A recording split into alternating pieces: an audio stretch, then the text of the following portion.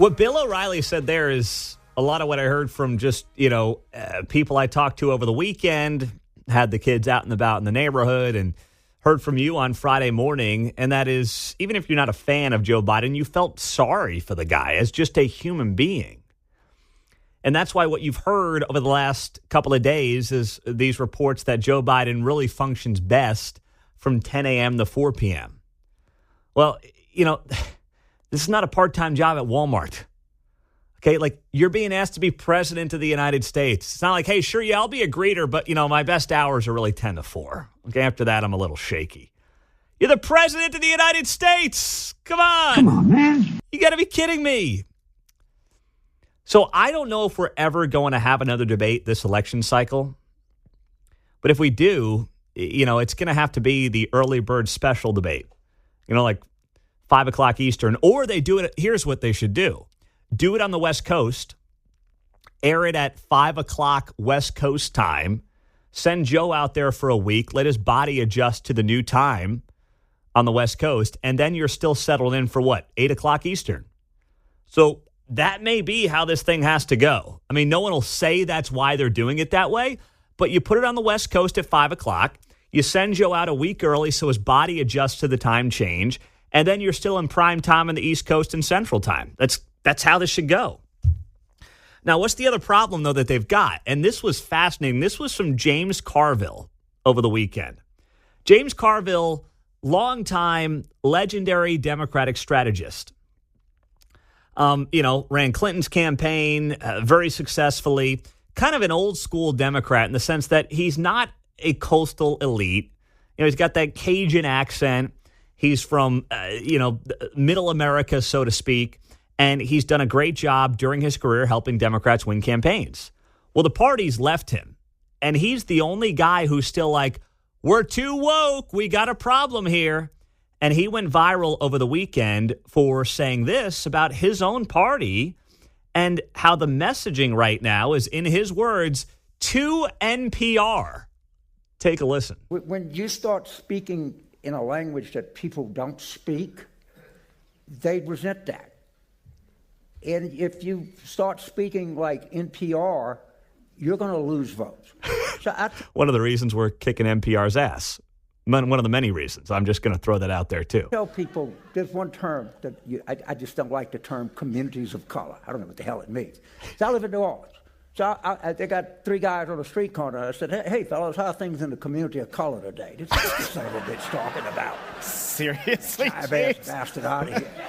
All right? Talk to address people like they address each other. And we started on this coded language, and we let it get away from us. And people, it hurt us. And it's what I call coastal condensation, that we know what's best for you. Don't eat hamburgers, don't watch football, don't drink beer.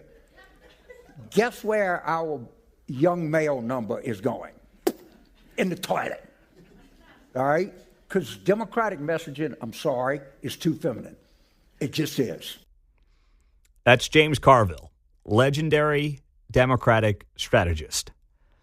And he's right. You are seeing that shake down in the numbers. When you compare men to women, whether it's for this upcoming election or how they identify in general, that is rapidly changing.